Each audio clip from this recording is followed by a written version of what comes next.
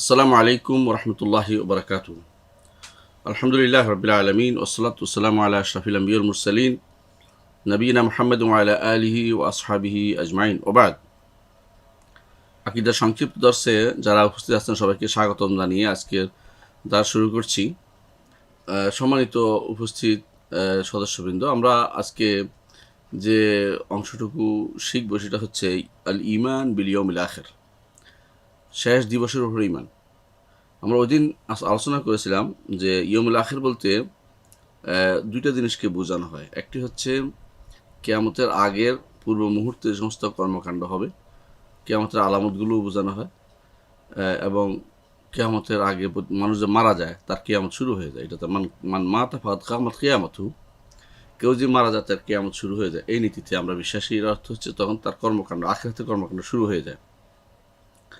মৃত্যুর আগ পর্যন্ত একটা জীবন, মৃত্যুর পর আরেকটা জীবন। তো কিয়ামতের উপর আমরা আখিরাতের উপর ঈমান রাখি, এটা দুই ভাগে বিভক্ত করতে পারি। একটা হচ্ছে আখিরাতের আগে সিংহে ফুৎকার, প্রথম সিংহে যখন ফুৎকার দেওয়া হবে তারপরে যা লণ্ডভণ্ড হয়ে যাবে সব কিছু, এটা একটা অবস্থা। আরেকটা হচ্ছে যখন সব মানুষ ইয়াউমা ইয়াকুমুন নাসু লিরাব্বিল আলামিন, রব্বুল আলামিনের সামনে যেদিন দাঁড়াবে, এই দুইটা ভাগ করতে পারি। তো গত পর্বে আমরা আলোচনা করেছিলাম আগে যা হবে, আগে যা ঘটবে সেগুলো আলোচনা করেছিলাম, অর্থাৎ শেষ দ্বিতীয় ফুৎকারের পরে কি হবে সেটা আজকে আলোচনা করবো ইনশাআল্লাহ। সিংহায় যখন দ্বিতীয়বার ফুৎকার দেওয়া হবে তখন মানুষ দাঁড়িয়ে যাবে। ইয়াউমা ইয়াকুমুন নাসু লিরাব্বিল আলামিন, মানুষ রব্বুল আলামিনের জন্য দাঁড়িয়ে যাবে। এই যে দাঁড়ানো যায় উপস্থিত হয়, এটার নাম হচ্ছে কিয়ামা। আরবিতে কিয়ামা অর্থ হচ্ছে কিয়াম থেকে, অর্থাৎ দাঁড়ানো।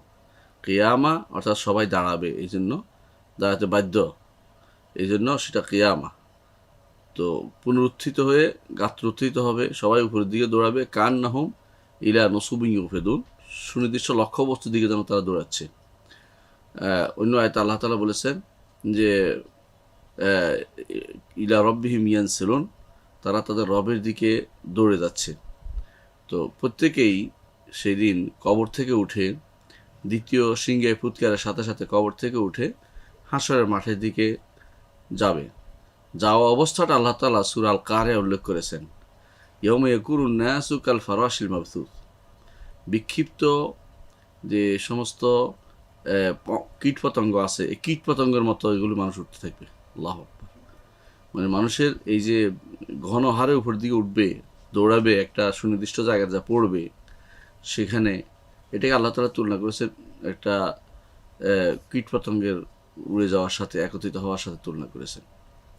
তো সেদিন ইয়মুল আখির নাম দেওয়া হয়েছে কারণ এরপরে আর কোনো দিন নেই, এরপরে আর কোনো দিন নেই। মানে এটা একটাই বিশাল দিন, যেদিন মানুষ উপরে উঠবে, আল্লাহর সামনে আসবে। এমন এক মাঠে আসবে যেই মাঠে কোনো যেই মাঠে কোনো মানুষের উপর কোনো জুলুম করা হয়নি, যেই মাঠের মধ্যে কোনো উঁচু নিচু নেই, আগে পরে সব এক ডাক শুনতে পাবে। সবাই একটা মাঠের মধ্যে থাকবে যেখানে কোনো ইয়া নেই, কোনো কারো কোনো পতাকা নেই, কারো কোনো পতাকা নেই। বর্তমানে যেমন অমুক জমি অমুকের মালিক, এরকম কিছু থাকবে না।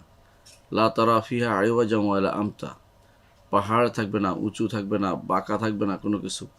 একটা পাহাড়, একটা মাঠ থাকবে।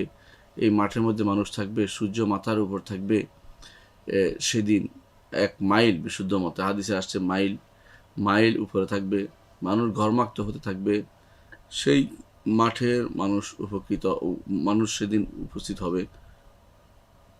জীবিত হয়ে যে উপস্থিত হওয়া সেখানে, জান্নাতের জন্য হোক অথবা জাহান্নামের জন্য হোক, সেই যে উপস্থিত হওয়াটা, এটার নাম হচ্ছে ইয়মুল আখির। এটার আরেক নাম কিয়ামা, এটার আরেক নাম হচ্ছে পুনরুত্থান।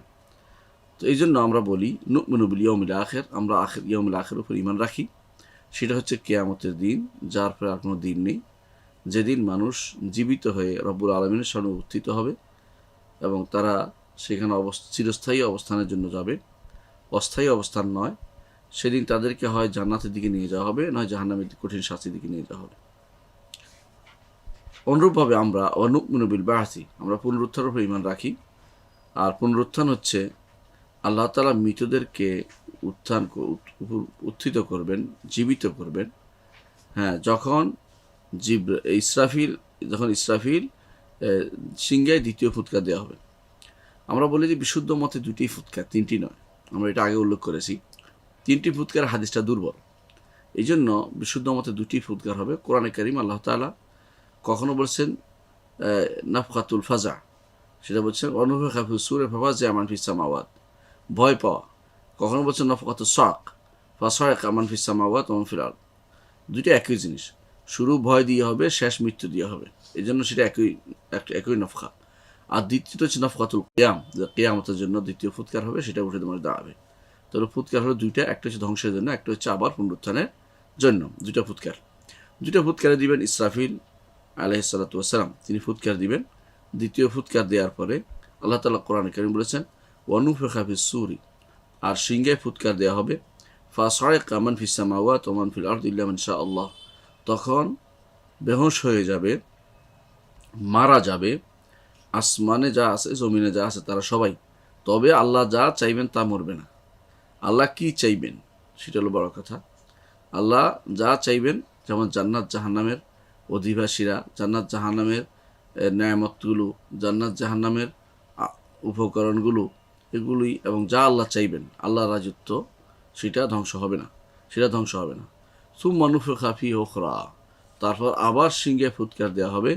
ফাইদা হুম কিয়ামুন ইয়ানজুরুন, আচানক তাদেরকে দেখতে পাবেন আপনি, যা দাঁড়িয়ে পিট করে তাকাচ্ছে, চতুর্দিক তাকিয়ে দেখতেছে।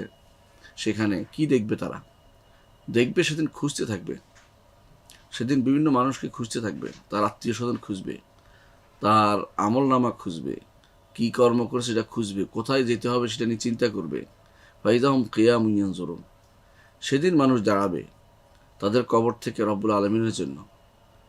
হুফাতান, তাদের পায়ের মধ্যে কোনো জুতা থাকবে না। বেলা নেআলিন, জুতা ব্যতীত, খালি পায়ে, নগ্ন পায়ে। ঔরাত, এবং তাদের শরীরে কোনো কাপড় থাকবে না। বেলা থিয়াব, কোনো কাপড় থাকবে না, নগ্ন শরীরে সেখানে থাকবে। গরলান, তাদের কোনো খতনা করা থাকবে না। আল্লাহ তাআলা কোরআন কারীম বলেছেন কামা বাদানা আউওয়ালা খালকিন নুঈদু, যেভাবে আমরা প্রথম সৃষ্টি করেছিলাম এভাবে আমরা আবার সৃষ্টি করব। ওয়াদান আলাইনা, এটা আমাদের উপর ওয়াদা করছি। ইন্না কুন্না ফাইলিন, এটা অবশ্যই আমরা করব। সূরা আম্বিয়ার 104 নম্বরে আল্লাহ সেটা বলছেন। এর অর্থ হচ্ছে সেদিন মানুষ কবর থেকে উঠবে। আপনারা জানেন যে সেদিন কাপড় পাওয়ার সুযোগ নেই, তেমনিভাবে সেদিন মাখতুন হবে না, অর্থাৎ খতনা হবে না, তাদের সেই অবস্থা থাকবে। আরেকটা হচ্ছে সেদিন কোনো তাদের জুতো থাকবে না, এই অবস্থায় উঠবে মানুষ। রাসূলুল্লাহ সাল্লাল্লাহু আলাইহি ওয়াসাল্লাম এটা বলেছেন হাদিসে, যে হুফাতান উরাতান গুরলান, সেদিন তারা সেখানে উপস্থিত হবে। তো সেদিন সেখানে উপস্থিত হওয়ার অবস্থা এমন যে ভয়াবহতার কারণে মানুষ তার কাপড় আছে কি নাই সেটা মানুষ বুঝতে পারবে না। প্রথম যাকে কাপড় পরানো হবে তিনি হচ্ছেন ইব্রাহিম আলাইহিস সালাম, এবং বলা হয়ে থাকে এই জন্য যে তাকে যখন আগুনে নিক্ষেপ করা হয়েছে তখন কাপড় থেকে মুক্ত করা হয়েছিল। তো আল্লাহ তাআলা তাকে সেদিন এই জন্য সম্মানিত করবেন, সবার আগে তাকে কাপড় পরিয়ে দিবেন।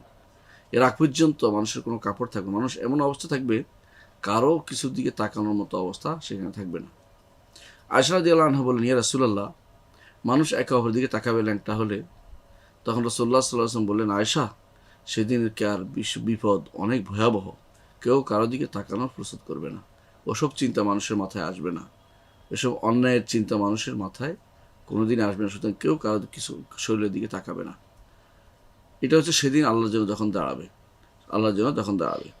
তো সেদিন দাঁড়ানোটাকে দুনিয়ার বুকে যে ব্যক্তি ভয় করবে, আল্লাহ তাআলা বলেছেন ওয়ালিমান খাফা মাকামা রাব্বিহি জান্নাতান, যে ব্যক্তি আল্লাহর সামনে দাঁড়ানোকে ভয় করবে তার জন্য দুটি জান্নাত রয়েছে। দুনিয়ার বুকে এই যে ভয় করা যে আমি আল্লাহর সামনে দাঁড়াবো, এই ভয় করাটা করলে তার লাভ হচ্ছে এটা অন্যায় কাজে যেতে পারবে না, কারণ তার মনে হবে যে আমি হিসাব দিয়ে করতে হবে। মানুষের সামনে যাই করি না কেন আল্লাহ তাআলা আমাকে দেখছেন, তিনি হাসরের দিন আমাকে নিয়ে পাকড়াও করবেন, তো অন্যায়টা করবে না সে, কারণ তাকে জবাবদিহি তার মুখোমুখি হতে হবে, এটা তার বিশ্বাস তখন আসবে। সেদিন আর কি হবে, হাসরের মাঠে যখন উঠবে তখন প্রথম যে কাজটি হবে সেটা হচ্ছে, আমরা হাদিসে পড়েছি সেটা হচ্ছে রাসূলুল্লাহ সাল্লাল্লাহু আলাইহি ওয়াসাল্লাম তাদের সবার জন্য সুপারিশ করে বিচারের জন্য। এর আগে মানুষ ঘর্মাক্ত হতেই থাকবে, ডুবতেই থাকবে, কেউ ডুবু অবস্থায়, কেউ নাক পরিমাণ, কেউ হাঁটু পরিমাণ, আমল অনুযায়ী তার ঘর্মাক্ত হবে, বিভৎস। সেদিন কোনো ছায়া থাকবে না, একমাত্র ছায়া থাকবে আল্লাহর আরশের ছায়া অথবা আল্লাহ তাআলার ছায়া, আল্লাহ তাআলার নিজের একটি সৃষ্ট ছায়া, তার সৃষ্ট ছায়া অথবা তার আরশের ছায়া, দুইটা যে কোনো একটি থাকবে। সেই ছায়ায়, আরশের ছায়াটাই হচ্ছে বেশি বিশুদ্ধগত মত, সেই ছায়ায় কিছু লোক স্থান পাবে আর বাকিরা কোনো ছায়া পাবে না, তারা ঘর্মাক্ত হবে, কষ্ট পাবে। তখন মানুষ সবাই যাবে আদম আলাইহিসসালামের কাছে, বলবেন যে আপনি আমাদের পিতা, আপনি আমাদের জন্য সুপারিশ করুন যাতে আমাদের এই বিপদ থেকে উদ্ধার হয়। তিনি বলবেন লাস্তু হুনাকুম, আমি তোমাদের এই কাজের জন্য নই, কারণ আমি নিষিদ্ধ ফল থেকে খেয়েছিলাম, আমাকে যদি জিজ্ঞাসা করে আমার জবাব দেওয়ার কিছু থাকবে না। তারপর তিনি বলবেন যে তোমরা বরং নূহ আলাইহিসসালামের কাছে যাও, তিনি তোমাদের জন্য কিছু করতে পারেন, কারণ তিনি প্রথম রাসূল দুনিয়ার বুকে প্রথম রাসূল। তখন আমরা যাব, তখন মানুষ দৌড়াতে থাকবে আল্লাহ তাআলা যাকে প্রথম প্রেরণ করেছেন নূহ আলাইহিসসালামের কাছে। নূহ আলাইহিসসালাম বলবেন যে না, আমি এই কাজের জন্য নই, আমি আমার ছেলের জন্য দরদ ভরা কণ্ঠে আল্লাহর কাছে আবেদন করেছিলাম, প্রত্যাখ্যাত হয়েছি, আমি এই কাজের জন্য আল্লাহর সামনে যেতে পারবো না, বরং তোমরা ইব্রাহিম আলাইহিসসালামের কাছে যাও। তখন মানুষ ইব্রাহিম আলাইহিসসালামের কাছে যাবে। ইব্রাহিম আলাইহিসসালাম বলবেন যে আমি 3টি কথা ঘুরিয়ে পেঁচিয়ে বলেছিলাম, যদি জিজ্ঞাসা করে আমি সেটা জবাব দিতে পারবো না, সুতরাং আমি এই কাজের জন্য নই, তোমরা বরং মুসা আলাইহিসসালামের কাছে যাও, কারণ তিনি তো আল্লাহর সাথে কথা বলেছেন। সুতরাং আমরা যাব, সব মানুষ যাবে মুসা আলাইহিসসালামের কাছে। তিনি বলবেন যে না, আমি এই কাজ করতে পারবো না, কারণ আমি এক কিপ্তিকে চট দিয়েছিলাম, সে মারা গিয়েছিল, যদি আল্লাহ আমাকে জিজ্ঞাসা করে আমি এটা জবাব দিতে পারবো না। তোমরা বরং ঈসা আলাইহিসসালামের কাছে যাও। তখন মানুষ ঈসা আলাইহিসসালামের কাছে যাবে। ঈসা আলাইহিসসালাম নিজের কোনো দোষ বলবেন না, তিনি শুধু বলবেন যে এই কাজের জন্য আমি নই, বরং সর্বশেষ জন্য নবী এসেছে মুহাম্মদুর রাসূলুল্লাহ সাল্লাল্লাহু আলাইহি ওয়াসাল্লাম, মুহাম্মদ, তার কাছে তোমরা যাও। তখন মানুষ মুহাম্মদ সাল্লাল্লাহু আলাইহি ওয়াসাল্লামের কাছে যাবে, তিনি বলবেন আনা লাহা, আমি এই কাজের জন্য রয়েছি। তখন সেখানে তিনি বলবেন, তিনি বলেছেন, হাদিসে বলেছেন, তিনি আরশের নিচে যায় সিজদায় পড়ে যাবেন। আল্লাহ তাআলা তখন বলবেন যে আপনি মাথা উঠান, আপনি কথা বলুন, আপনি শোনা হবে, আপনি যা বা সুপারিশ করবেন আপনার সুপারিশ রাখা হবে, আপনার বক্তব্য শোনা হবে, আপনার দোয়া, আপনার প্রার্থনা শোনা হবে। তখন আল্লাহ তাআলার কাছে রাসূলুল্লাহ সাল্লাল্লাহু আলাইহি ওয়াসাল্লাম যে সুপারিশ করবেন, এটা শাফাআতুল উযমা বলা হয়। সেদিন প্রথম শাফাআতুল উযমা, বড় সুপারিশ হবে। সেই সুপারিশের হবে এটা যে মানুষের মধ্যে ফয়সালা করে দিন। আল্লাহ তাআলা তখন তার আরশ থেকে কুরসিতে নেমে আসবেন এবং তিনি ফয়সালা করবেন, হাশরের মাঠে আসবেন, ফয়সালা করবেন। ফয়সালা কিভাবে করবেন? কোরআন কারীমে আল্লাহ তাআলা বলেছেন যে ফয়সালা করা, এত মানুষের ফয়সালা তার জন্য কঠিন নয়, ইয়াসির, খুবই সহজ, অল্প সময়ের ভিতরে তিনি সেটা ফয়সালা করে ফেলবেন। লক্ষ কোটি মানুষ, এগুলির মধ্যে তিনি ফয়সালা করে ফেলবেন। আদম থেকে শুরু করে সর্বশেষ মানুষটি পর্যন্ত সব মানুষের মধ্যে তিনি ফয়সালা করবেন। ওহু আসরাউল হাসিবিন, কোরআন কারীম আল্লাহ তাআলা বলছেন তিনি হিসাবকারীদের মধ্যে সবচেয়ে দ্রুত। সুতরাং দুনিয়ার বুকে এরকম তার হিসাবের জন্য সময় যেরকম লাগে, সেরকম একসাথে তিনি সবার হিসাব নিতে পারবেন। মানুষ যেমন একজনের হিসাব একজনের নিয়ে থাকে, আরেকজন বসে থাকে, এরকম না, তিনি হিসাব নিতে পারবেন, দ্রুত হিসাব নিতে পারবেন। সারিউল হিসাব আল্লাহ বারবার করেছেন কোরআন কারীমে, তিনি দ্রুত হিসাব গ্রহণকারী, সেদিন তিনি দ্রুত হিসাব নেবেন। কিন্তু হিসাব নিতেই প্রথমে যারা ছিল, বিনা হিসাবে জান্নাতে যাওয়ার ছিল 70,000, তারা বিনা হিসাবে জান্নাতে চলে যাবে। তারপরে নবীরা যাবে, শহীদরা যাবে, সিদ্দিকরা যাবে। এরপরে যারা থাকবে এদের মধ্যে আল্লাহ তাআলা যারা ধনী, যারা গরিব, মুহাজির, আনসার, তারা আগে চলে যাবে, গরিবরা, কারণ তাদের 500 বছর আগে তাদের হিসাব শেষ হয়ে যাবে, কারণ তাদের হিসাব নাই। আর যারা ধনী তাদের হিসাব লম্বা হবে, তাদের হিসাব গ্রহণ করা হবে, যদিও কারো তাদের আর্ধ হবে, শুধু পেশ করা হবে, কিন্তু তারপরে হিসাব নেওয়া হবে। সেদিন কি হবে? মানুষের আমল নামা ডান হাতে দেওয়া হবে অথবা বাম হাতে তাদের পিঠের পিছন দিয়ে দেওয়া হবে। যাদের আমল নামা ডান হাতে দেওয়া হবে তারা হচ্ছে ইমানদার।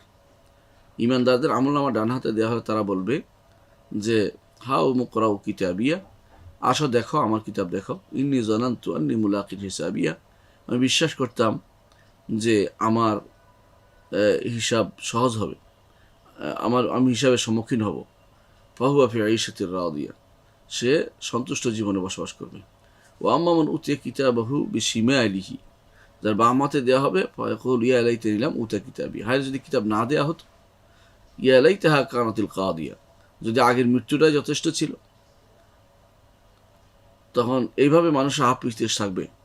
সেদিন মানুষের যারা নেককার তাদের ডান হাতে আমলনামা দেওয়া হবে এবং তাদেরকে আমলনামা অনুসারে তাদেরকে সামনে এগিয়ে দিবে। আর যারা খারাপ লোক তাদের আমলনামা দেওয়া হবে বাম হাতে এবং পিছনে, পিঠের পিছনে, দেখতেও পারবে না ভালো করে কি আছে, বোঝা বইবে সেটার। কোরআন কারীম আল্লাহ তাআলা বলছেন ফাআম্মামান উতিয়া কিতাবাহু বিয়ামিনিহি, অতঃপর যার আমলনামা দেওয়া হবে ডান হাতে, ফাসাউফা ইউহাসাবু হিসাবান ইয়াসীরা, তার হিসাব হবে অত্যন্ত সহজ। ওয়ায়ানকালিবু ইলা আহলিহি মাসরুরা, সে তার পরিবারের কাছে খুশি হয়ে ফিরে চলে যাবে। ওয়া আম্মা মান উতিয়া কিতাবাহু ওয়ারাআ যাহরিহি, কিন্তু যার আমলনামা দেওয়া হবে তার পিঠের পিছন দিয়ে, ফাসাউফা ইয়াদউ থুবুরা, সে মৃত্যুকে আহ্বান করবে। ওয়ায়াসলা সাঈরা, জাহান্নামে দগ্ধ হবে। সূরা ইনশিকাকের 7 থেকে 12 নম্বর আয়াতে আল্লাহ তাআলা বলেছেন। অন্য আয়াতে আল্লাহ তাআলা বলছেন ওয়া কুল্লু ইনসানিন আলজামনাহু তায়রাহু ফি উনুকিহি, প্রত্যেকটি মানুষের তার আমলনামা তার গলার ভিতরে আমি আটকে দেব। ওয়া নুখরিজু লাহু ইয়াউমাল কিয়ামতি কিতাবান ইয়ালকাহু মানশুরা, সেদিন তার আমলনামা বের করে কিয়ামতের দিন তার হাতে দিব, যে সে পাবে মানশুরা, খোলা অবস্থায় পাবে, দেখতে পাবে কি করেছে সে। বলা হবে ইকরা কিতাবাকা, তোমার আমলনামা তুমি পড়ো। কাফা বিনাফসিকা আল-ইয়াউমা আলাইকা হাসিবা, আজকের দিন হিসাব গণনার জন্য তুমিই যথেষ্ট, আজকের দিন হিসাব গণনার জন্য তুমিই যথেষ্ট। এভাবে হিসাব গ্রহণ করা হবে, এটা হচ্ছে আমলনামা তাদেরকে দেওয়া হবে। ঠিক আমরা আরও বিশ্বাস করি নুমিনু বিল সাহাবিল আমাল, যে আমরা বিশ্বাস করি, এটা আমরা ঈমান রাখি এটা, যে আমলনামা অবশ্যই হবে ডান হাতে বা বাম হাতে। আমরা আরও বিশ্বাস করি, আমরা আরও ঈমান রাখি বিল মাওয়াজিন, মিজানের উপরে।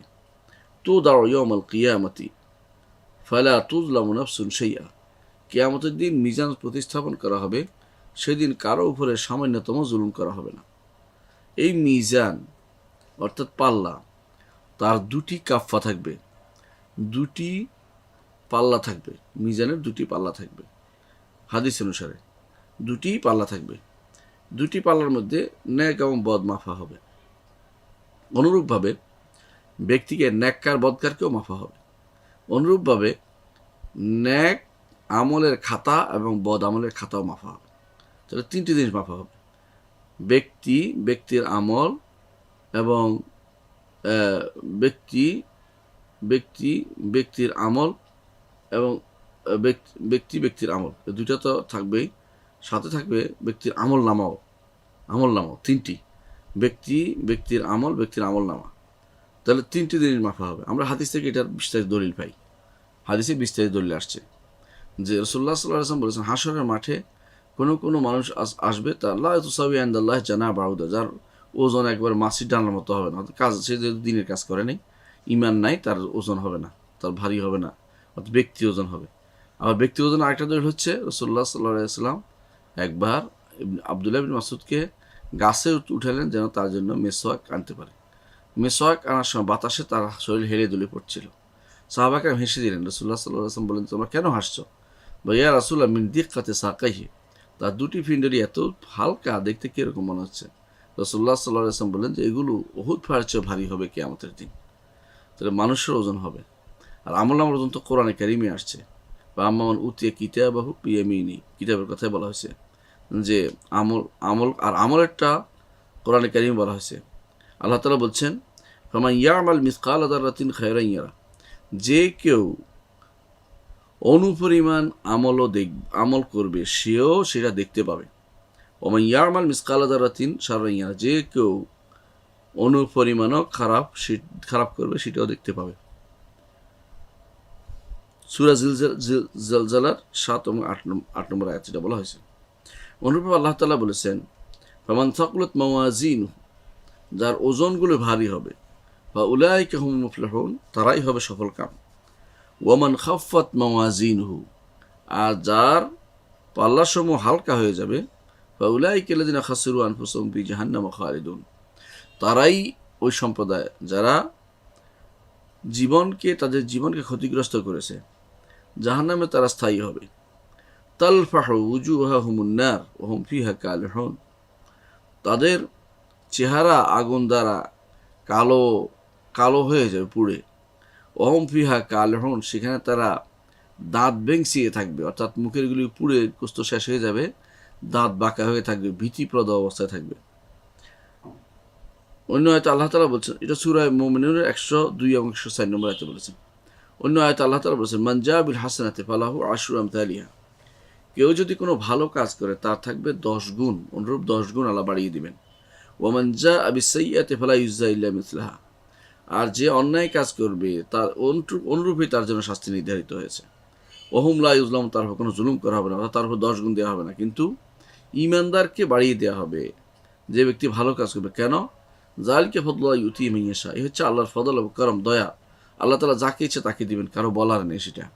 তাকে বেশি দিলেন কেন? কারণ যে আল্লাহর কথা শুনে তাকে বেশি দিবেন তিনি, আর যে আল্লাহর কথা শুনে তার একটাই দিবেন, অপরাধ, এবং সেই অপরাধেই তার জন্য জাহান্নাম হয়ে যাবে যদি একেবারেই ঈমান না থাকে। যদি ঈমান থাকে তাহলে তার জন্য কি হবে সেটা আমরা আলোচনা করছি। তো আমরা দেখতে পাইলাম হাশরের মাঠে প্রথমে শাফাআতুল উযমা হবে, প্রথম সুপারিশ হবে, অর্থাৎ হাশরের মাঠে অবস্থানের কষ্টের কারণে। তারপরে সেখানে সাহিবাতুল আমাল, প্রত্যেকে তার আমল নামা দেওয়া হবে।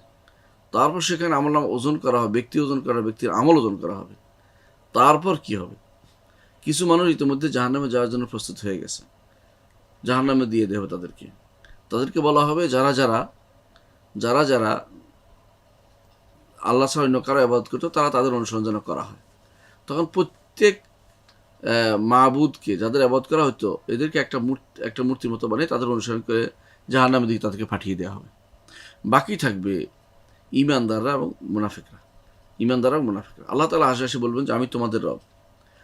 তারা বলবেন না, আমাদের রবকে আমরা চিনি, আপনি আমাদের রব নন। আল্লাহ তাআলা এখন অন্য সূরাতে এসে বলবেন যে আমি তোমাদের রব। তারপর তারা বলবেন তোমরা কিভাবে চিনতে পারবে তোমাদের রবকে?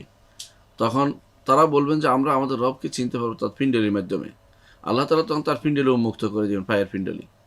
এখন বলবেন সিজদা করতে নির্দেশ দিবেন। যারা ঈমানদার তারা সিজদা করতে পারবে, যারা ফাসিক কাফের এরা সিজদা করতে পারবে না। এরা একেবারে গরুর শিংয়ের মতো শক্ত হয়ে যাবে তাদের ফিট, তারা বাঁকা করতে পারবে না কোনোভাবেই। তারপর তাদের আল্লাহ তাআলা নির্দেশ দিবেন যে ঠিক আছে, ফুলসিরাত পার হয়ে যাও। ঈমানদাররা পার হয়ে যাবে তাদের আলো অনুসারে, যত আমল করে সে অনুসারে আলো হবে। মুনাফিকের কোনো আলো পাওয়া যাবে না। আমরা ঈমানদারদের আলোতে চলতে চাইবে, কিন্তু বারবার হোঁচট খেয়ে পড়ে যাবে। তখন সে বলবে আনজিরুনা, অপেক্ষা করো, নাকতাবিস মিন নূরিকুম, তোমাদের নূরের মাধ্যমে আমরা পর্যন্ত পার হইতে পারি। কিলার জিউ ওয়ারাকুম ফালতামিসু নূরা, তাদের বলা হবে যে যাও পিছন দিকে যে নূর খুঁজে আসো। ফাদুরিবা বাইনাহুম বিবাবিন বিসুরিন লাহু বাবুন বাতিনুর রাহমা ওয়া যাহিরুন মিন কিবালিল আযাব। তো তখন ভিতরে আযাব থাকলেও বাইরে আযাব তাদের উপর পতিত হবে, ভিতরে শান্তি থাকলেও, কারণ তারা আসলে অন্যায় করেছিল, এই জন্য তাদের উপর শাস্তি নিপতিত হবে এবং তারা কেটে কেটে পড়ে যাবে জাহান্নামে। তাহলে জাহান্নামের উপর দিয়ে পার হওয়ার সময় এরা পড়ে যাবে, এরা মুনাফিকরা। আর ঈমানদাররা শুধু পার হবে, কিন্তু কিছু মানুষ পার হইতে পারবে না, কিছু মানুষ পড়ে যাবে, এই ফুলসিরাতের পার হওয়ার সময় পড়ে যাবে, নিচে জাহান্নামে পড়ে যাবে।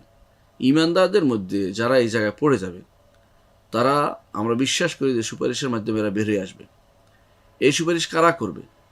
মুহাম্মদ রাসূলুল্লাহ সাল্লাল্লাহু আলাইহি ওয়াসাল্লাম তিনি সুপারিশ করবেন। তার অনেক রকম সুপারিশ আছে। এক সুপারিশ তিনি ইতিপূর্বে করেছেন যে আল্লাহ যেন ফয়সালা করে দেন।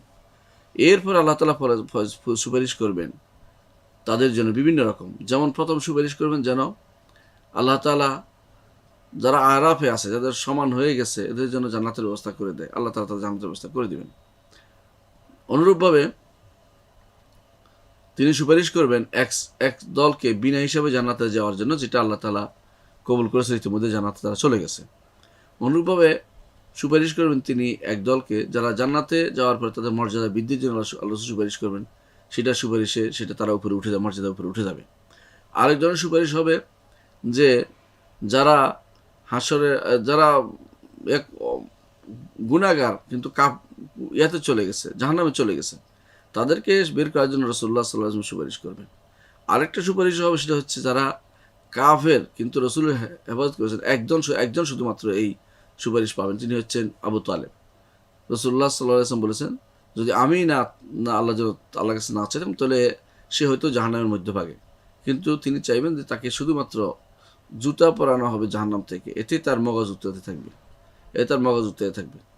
তো এই সুপারিশগুলো রাসূলুল্লাহ সাল্লাল্লাহু আলাইহি ওয়াসাল্লাম করবেন। তবে তার মধ্যে তিনি যে সুপারিশের কারণে বেশি খ্যাত, শফিউল মুযনিবিন, গুনাহগারদের জন্য সুপারিশকারী, সেটা হচ্ছে রাসূল যেটা বলেছেন, শাফাআতি লি আহল কাবাইর উম্মতি, আমার সুপারিশ থাকবে আমার উম্মতের কবিরা গুনাহগারদের জন্য। আজ আমাদের সমাজে বিভিন্ন জায়গায় দেখবেন অনেকেই এই বিষয়টা ধোঁয়াশা করার চেষ্টা করে। বিশেষ করে নব্য মুতাজিলা গোষ্ঠী, তারা মনে করছে কেউ যদি জাহান্নামে যায় আর বের হইতে পারবে না, তারা দলিল দিয়ে থাকে কোরআন আয়াত দিয়ে, খালিদিনা ফিহা দিয়ে, কিন্তু তারা জানে না যে এটা অর্থ হচ্ছে চিরস্থায়ী হবে যদি আল্লাহ চান। আল্লাহ চাইলে সব চিরস্থায়ী করতে পারেন কাফের অবস্থা থাকে, কিন্তু ইমানদার যদি হয় তাহলে সে চিরস্থায়ী কখনো জাহান্নামী হবে না। ইমানের কারণে তার জান্নাত যাওয়া একসময় নিশ্চিত হবে। হয়তো সে ইমানদার কিন্তু বেদাত করেছে, 72 ফেরকার মধ্যে এক ফেরকা ছাড়া সবাই জাহান্নামী, যে রাসূল বলেছেন, এদের মধ্যে অন্তর্ভুক্ত হয়ে গেছে, যেমন শিয়া, খারেজি, অনুরূপভাবে মুরজিয়া, তারপরে মুতাজিলা, আশায়েরিয়া, মাতুরিদিয়া, এই গোষ্ঠীগুলো, এগুলো তাদের ইমানের কমতির কারণে এবং তাদের ভুলের কারণে, বেদাতের কারণে এবং গুনার কারণে এই গোষ্ঠীগুলো আল্লাহ তাআলা এদের মধ্যে থেকে যারা তওবা কবুল করেন নাই তাদেরকে তিনি জাহান্নাম দিবেন, অথবা তাদের জন্য সুপারিশ হবে। তো জাহান্নামে যাওয়ার পরে তাদের জন্য সুপারিশ হবে, অথবা জাহান্নামে যাওয়ার হকদার হয়েছে এখনও দেননি, তাদের জন্য সুপারিশ হবে। হাদিসে রাসূলুল্লাহ সাল্লাল্লাহু আলাইহি ওয়াসাল্লাম সুপারিশ করবেন। তাহলে আমাদের নবী বিভিন্নভাবে সুপারিশ করবেন এই যারা জাহান্নামে চলে গেছে তাদের জন্য, যেন তাদেরকে বের করে আনা হয় সেই সময়। অনুরূপভাবে ইমানদাররা সুপারিশ করবেন। ইমানদার বলতে সবাই, যত লোক ইমানদার জান্নাতে চলে গেছে ইমানের কারণে, ইমান তাদের জান্নাতে নিয়ে গেছে, তারা কিন্তু সুপারিশ করবেন। তাদের ভাই বেরাদার যারা ইমানদার আছে তাদের জন্য সুপারিশ করবেন। আর যার ইমান নাই তার জন্য কোনো সুপারিশ হবে না। সুপারিশের 2টি শর্ত রয়েছে। 1 নম্বর হচ্ছে, অবশ্যই যার জন্য সুপারিশ করবে তার ইমান থাকতে হবে। যদি বড় শিরকি থাকে, বড় কুফরি থাকে, বড় নেফাকি থাকে, তার জন্য কোনো সুপারিশ হবে না। আর দ্বিতীয় শর্ত হচ্ছে আল্লাহর অনুমতি থাকতে হবে। এই 2টি শর্ত অত্যন্ত গুরুত্বপূর্ণ। আল্লাহর অনুমতি থাকতে হবে যে সুপারিশ করবে তার জন্য। আর রেদা লিল মাশফু, যার জন্য সুপারিশ করবেন তিনি, সেই লোকটি আল্লাহর সন্তোষভাজন হতে হবে। গুনাহ করেছে কিন্তু সন্তোষভাজন, ইমান থাকলে আল্লাহর একটু না একটু সন্তোষ তার রয়েছে, সেই একটু ইমানের অধিকারী। এই ইমানের কারণে আল্লাহ তাআলা তার জন্য ইমানদারদের অন্তরে এবং নবীদের অন্তরে, ফেরেশতাদের অন্তরে, তাদের অন্তরে ইলহাম করবেন, তারা যেন বলে আমাদের ভাই, আমাদের বন্ধু খুঁজে পাচ্ছি না। আল্লাহ বলে খুঁজে দেখে তাদেরকে সেখান থেকে বের করার জন্য আল্লাহর কাছে সুপারিশ করবেন। এটাও হাদিসে আসছে। তবে শর্ত অবশ্যই জানতে হবে যে কখনো কোনো যে শিরিক করেছে, নেফাক করেছে এবং বড় কুফরি করেছে, তার জন্য কোনোদিন কেউ সুপারিশ করবে না এবং সে জাহান্নাম থেকে কখনো বের হইতেই পারবে না, জাহান্নাম চিরস্থায়ী হয়ে যাবে। কিন্তু ইমানদার কিন্তু কবিরা গুনাহ করেছে, অর্থাৎ শিরিক নেই, কুফরি নেই, বড় কুফরি, বড় শিরিক, বড় নেফাক নাই, তার মধ্যে আমলিগত ত্রুটি আছে এবং কখনো কখনো গুনাহ হয়ে গেছে, কবিরা গুনাহ হয়েছে, সেই লোকের জন্য সুপারিশ হবে। সেই লোকের সুপারিশ ইমানদার নবী রাসূলুল্লাহ সাল্লাল্লাহু আলাইহি ওয়াসাল্লাম করবেন, ইমানদাররাও করবে এবং ফেরেশতারাও করবেন। এদের কারণে আল্লাহ তাআলা কিছু মানুষকে জাহান্নাম থেকে বের করে আনবেন, এদের সুপারিশের কারণে। এবং তাদের অবস্থা কি হবে? হাদিসে আসছে, রাসূলুল্লাহ সাল্লাল্লাহু আলাইহি ওয়াসাল্লাম বলেছেন, তাদের পোড়া থাকবে শরীর, সবসময় মানুষ দেখে ফেলবে এই চিহ্ন দিয়ে যে এরা পোড়া, এরা জাহান্নামী ছিল, বেরিয়ে আসছে, ওদেরকে বলা হবে জাহান্নামীয়ুন। কিন্তু তারা শেষ পর্যন্ত আল্লাহর কাছে দোয়া করবে, আল্লাহ তাদেরকে সেই অবস্থা থেকে মুক্তি দিবেন এবং তারা জান্নাতের অধিবাসী হবে এবং সেরা খুশি অবস্থায় তারা জান্নাতে অবস্থান করতে পারবে। কারণ জান্নাতে যে যাবে তার কোনো কিছু অপূর্ণ থাকবে না, সবই পূর্ণ হবে। যতটুকু সে চাওয়ার মতো অ্যাবিলিটি থাকবে ততটুকু চাইলে সেটা পেয়ে যাবে। সুতরাং জান্নাতে তার কেউ জাহান্নামী বলে তার কষ্ট হবে এটা আল্লাহ তাআলা চাইবেন না। শেষ পর্যন্ত সেটাও আল্লাহ তাআলা তাকে সুন্দর করে দিবেন এবং তার জাহান্নামী যে খেতাব ছিল, জাহান্নামী যে চিহ্ন ছিল সেগুলো সরিয়ে দিবেন। কিন্তু এর বাইরে আল্লাহ তাআলা কিছু মানুষকে আল্লাহ তাআলা, কিছু ইমানদারকে আল্লাহ তাআলা শাফাআত ব্যতীতই বের করে নিয়ে আসবেন। হাদিসে আছে রাসূলুল্লাহ সাল্লাল্লাহু আলাইহি ওয়াসাল্লাম বলেছেন যে আল্লাহ তাআলা জাহান্নাম থেকে এক কোষ বের করে আনবেন। কোন কোন বর্ণনায় 3 কোষের কথা আসছে। সালাসু হাসায়াত মিন হাসায়াত রাব্বি, আমার রব্বের 3টি কোষ আল্লাহ তাআলা বের করে আনবেন যারা ঈমানদার। তবে এরা যে ঈমানদার এরা কেউ জানে না, অর্থাৎ ফেরেশতারাও জানে না, জানতে পারেনি, নবীরাও জানতে পারেনি, অর্থাৎ ঈমানদাররাও জানতে পারেনি। সুতরাং তার জন্য কে সুপারিশ করবে? যেহেতু ঈমান আছে, আল্লাহ তাআলা তাদেরকে তার দয়ার এবং রহমতে, কারামে, তার ফজলে তাদেরকে নিজে তার এক কোষ বা মতান্তরে 3 কোষ জাহান্নাম থেকে বের করে ঈমানদার মাত্র কোনো সামান্য ঈমান আছে তাকেও সেখান থেকে দিবেন না, তাকেও সেখান থেকে বের করে নিয়ে আসবেন, এটাও বুখারী হাদিস থেকে আমাদের কাছে প্রমাণিত হয়েছে। এইভাবে তারা যখন বের হয়ে আসবে, জাহান্নাম থেকে বের হয়ে আসবে, এটা হচ্ছে জাহান্নাম থেকে বের হয়ে তারা জান্নাতের দিকে যাবে। এর আগে একটা জিনিস রয়েছে, যখন ফুলসিরাত পার হবে বিশুদ্ধ মতে অথবা ফুলসিরাতের আগে, আমাদের কাছে এই মতভেদপূর্ণ মাসালা যে আগে না পরে, হাউদ কি আগে হবে না হাউজ পরে হবে। অনেকেই বলে থাকেন যে হাশরের মাঠে আসবে, তাদের পানির পিপাসা খুব বেশি থাকবে, এই জন্য হাশরের মাঠেই তাদের জন্য হাউজের ব্যবস্থাপনা করা হবে। এবং তারা এটাও বলেন যে জান্নাত থেকে জাহান্নামের উপর দিয়ে যেতে হাউজের মাঠে যেতে, আর মাঠে যেতে হয়, বিচার হাশরের মাঠে যেতে হয়। তো যে পানি ওখান থেকে কীভাবে আসবে, মাঝখানে তো জাহান্নাম। এই সমস্ত ইল্লত বা কারণ দেখিয়ে তারা মনে করেন যে না, হাশরের মাঠে পানিটা হবে না, যখন তারা ফুলসিরাত পার হবে, প্রত্যেকে পিপাসার্থ থাকবে, তখন তাদের জন্য মুহাম্মদ রাসূলুল্লাহ সাল্লাল্লাহু আলাইহি ওয়াসাল্লাম সহ প্রত্যেক নবীর হাউজ থাকবে। হাউজ অর্থ হচ্ছে পানির কুয়া, পানির কূপ থাকবে, তারা সেখানে পানি পান করবে। তবে বেদাতীরা পানি পান করতে পারবে না, সে কঠিন বিপদের সময় তারা পানি পাবে না। এই জন্য কেউ যেন জেনে শুনে কোনো বেদাত না করে, সন্দেহ থাকলে সেটা বাদ দিয়ে দিবে। কারণ সন্দেহ থাকলে আপনি যদি বেদাত করে ফেলেন তাহলে তো আপনি এটা অন্যায় কাজ করছেন, এর জন্য আপনার শাস্তি হবে। তো সন্দেহপূর্ণ জিনিসগুলো পরিত্যাগ করা হচ্ছে ঈমানদারের দায়িত্ব। রাসূলুল্লাহ সাল্লাল্লাহু আলাইহি ওয়াসাল্লাম বলেছেন, আল হালালু বায়্যিনুন ওয়াল হারামু বায়্যিনুন ওয়া বাইনাহুমা উমুরুন মুশতাবিহাত, হালাল স্পষ্ট, হারাম স্পষ্ট, এর মাঝে কিছু জিনিস আছে অস্পষ্ট।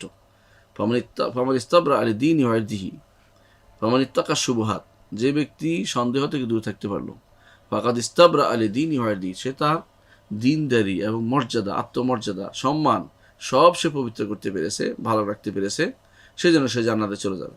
অর্থাৎ এটা হচ্ছে যে কোনো সন্দেহজনক জিনিস থেকে দূরে থাকা। এটা গুরুত্বপূর্ণ একটি জায়গা যে আমি যেন শিরিক না করি, বিদআত না করি, এবং আমি যেন সন্দেহজনক জিনিসে আমি না ঘুষে যাই। যেটা সন্দেহ আছে এটা যেন না করি, বরং স্পষ্ট দিবালোকের মতো রসুল যে দিন রেখে গেছেন সেই দিনের উপরে যেন মানুষ অটল থাকে। রসুল বলেছেন, তারাকতুকুম আলাল বাইদা, আমি তোমাদেরকে শুভ্র পথের উপরে রেখে যাচ্ছি, লাইলুহা কানাহারিহা, যেখানে রাত দিন সমান।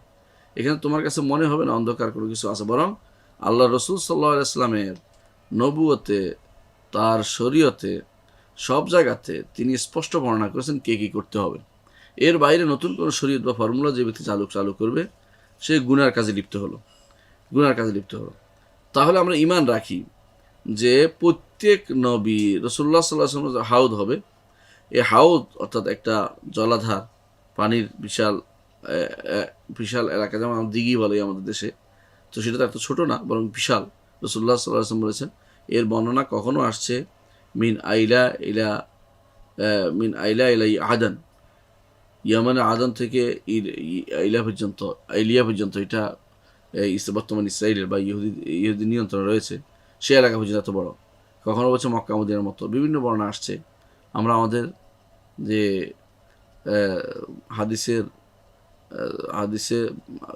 হাদিস বিশ্বকোষ আছে সেখানে এই হাদিসের ব্যাখ্যায় বিস্তারিত আলোচনা করেছে এই বিষয়গুলো, সেখানে পড়ে নেবেন। সেখানে কারণও বলা হয়েছে কেন রাসূলুল্লাহ সাল্লাল্লাহু আলাইহি ওয়াসাল্লাম কেন এটাকে এক একজনের কাছে একরকম বললেন, কেন সেটা কারণ আমরা উল্লেখ করেছি। তো তাহলে আমরা দেখতে পাচ্ছি যে অবশ্যই হাউজ হবে মুহাম্মদ রাসূলুল্লাহ সাল্লাল্লাহু আলাইহি ওয়াসাল্লাম। সে হাউজ থেকে যে ব্যক্তি একবার পান করবে তার জীবনে কোনোদিন আর তার কোনো পিপাসা আসবে না। রাসূলের উম্মতরা সেখানে ঢুকবে। প্রত্যেক নবীর আলাদা আলাদা হাউজ থাকবে। রাসূল তার হাউজে অন্য কাউকে আসতে দিবেন না। হাদিসে আছে রাসূল বলেছেন, আমি তোমাদের তাদের কোমর ধরে তাদেরকে তাড়িয়ে দেব। আমি যেন তাদেরকে তাড়িয়ে দেওয়ার জন্য ওখানে অবস্থান করবো। রাসূলুল্লাহ সাল্লাল্লাহু আলাইহি ওয়াসাল্লাম অর্থাৎ আমার উম্মত ছাড়া কাউকে তিনি, তার উম্মত ছাড়া অন্য কাউকে তিনি সেখান থেকে পানি পান করাবেন না। এখন যদি বলেন যে এটা তো একটা হতে তিনি কেন দিবেন না, সবাইকে দেয়াই তো উচিত, তো তিনি না, এটা রাসূল চাচ্ছেন এটা প্রত্যেকে তার নবীর হাউস থেকে পান করুক। এটা এই জন্য যাতে করে ওই নবীর অপমান না হয়। সব যদি রসুলের কাছে চলে আসে, নবী বলে যে আমি কী জন্য ছিলাম। এই জন্য রাসূলুল্লাহ সাল্লাল্লাহু আলাইহি ওয়াসাল্লাম তার ভাইদের সম্মানকে বেশি রক্ষা কল্পে তিনি বলেছেন যে যদি কেউ যদি এরকম আসে আমার এখানে পানি পান করতে, তাহলে উদান না, আমি তাকে অবশ্যই তাড়িয়ে দেব, যেভাবে উঁটকে তাড়িয়ে দেওয়া হয়। পিতামাতাহীন উঁট যেগুলি, অর্থাৎ যাদের মালিকহীন উঁট যেভাবে তাড়িয়ে দেওয়া, আমি সেভাবে লাঠি দিয়ে তাদেরকে তাড়িয়ে দেবো। তাহলে প্রত্যেক নবীর আলাদা আলাদা হাউস হবে। হাদিস এটাই বিশুদ্ধ, এটা বর্ণনাটা বিশুদ্ধ। আমাদের নবীর জন্য আমরা উম্মত, উম্মত, আর অন্য নবীর জন্য ওইসবের উম্মত। আর এখন যারা অন্য নবীর উম্মত হিসাবে আছে তার সব জাহান্নামে যাবে, যতক্ষণ পর্যন্ত না তারা রাসূলুল্লাহ সাল্লাল্লাহু আলাইহি ওয়াসাল্লাম ইমাম মুহাম্মদ সাল্লাল্লাহু আলাইহি ওয়াসাল্লাম ইমান আনে। বর্তমানে যারা ইহুদি আছে, নাসারা আছে, বা অন্য নবীর উম্মত দাবি করে, তারা সবাই জাহান্নামে যাবে যদি না তারা ইসলাম গ্রহণ করে। এই জন্য এই হাউদ সম্পর্কে আমাদের একটু জানা দরকার। মা ও আসাদ্দু বায়াদান মিনাল লাবান, রাসূলুল্লাহ সাল্লাল্লাহু আলাইহি ওয়াসাল্লাম বলেছেন, তার পানি, এই হাউজের পানি দুধের চেয়েও বেশি শুভ্র। আর ওয়া আহলা মিনাল আসাল, এবং তিনি মধুর চেয়েও বেশি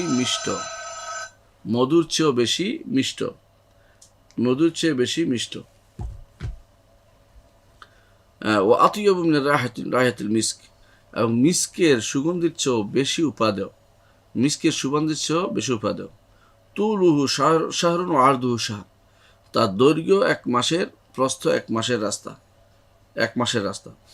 ও আনিয়াতুহু কানুজুমিস সামা, তার আনিয়া বর্তনগুলো, পেয়ালাগুলো যা দিয়ে পানি পান করে সেগুলো, গ্লাস, এসবই হচ্ছে কানুজুমিস সামা, আকাশের তারকারাজির মতো এত বেশি এবং এত সুন্দর।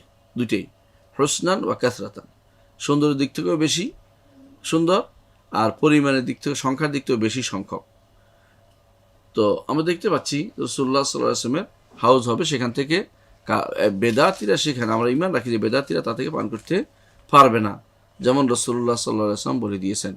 সুতরাং বেদাতীরা তা থেকে পান করতে পারবেন, রাসূল তাদেরকে তাড়িয়ে দিবেন।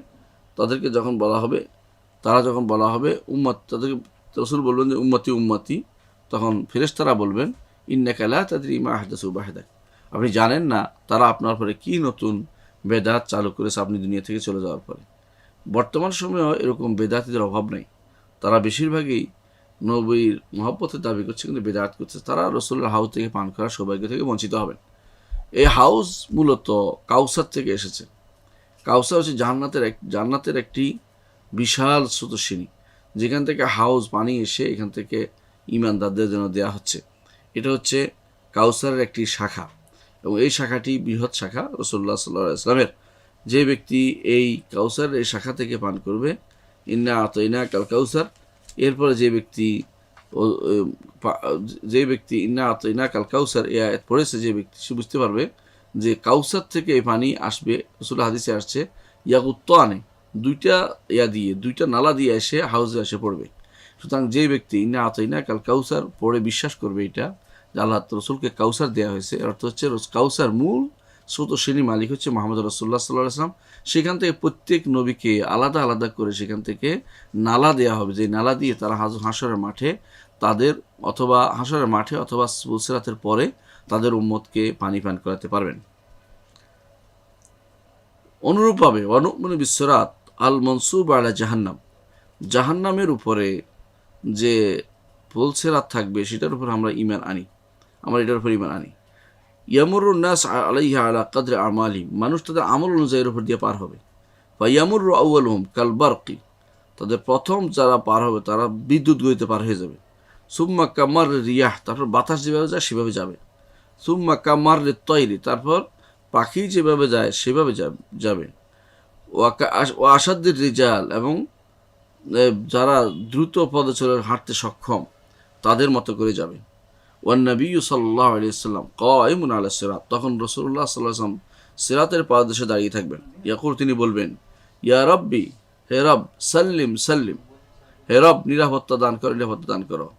হাত্তা তাজিজা আমাল ইবাদ ওয়ায়াতি মান ইয়াজহাফ, এমনকি মানুষের আমল নামা দিয়ে আর পার হওয়ার সুযোগ থাকবে না। কী হবে? ওয়ায়াতি মান ইয়াজহাফ, কিছু মানুষ আসবে হামাগুড়ি দিয়ে থাকবে। অফি হাফাতাই সিরাতে কালালিব, আর এই পোল সিরাতের চার পাশে রয়েছে, তাদের দুই পাশে রয়েছে কালালিব মুআল্লাকা মা'মুরা, এমন কিছু কাল্লুব, এবং কিছু আংটা, যেটা নির্দেশ দেওয়া হয়েছে কারো ধরার জন্য তাকে ধরবে। তাআখুযু মান উমিরাত বিহি, যাকে ধরার তাকে সে ধরে ফেলবে আংটা দিয়ে। ফামাখদুশুন নাজিন, তার থেকে ছিন্ন ভিন্ন হয়ে কিছু মানুষ নাজাত পাবে।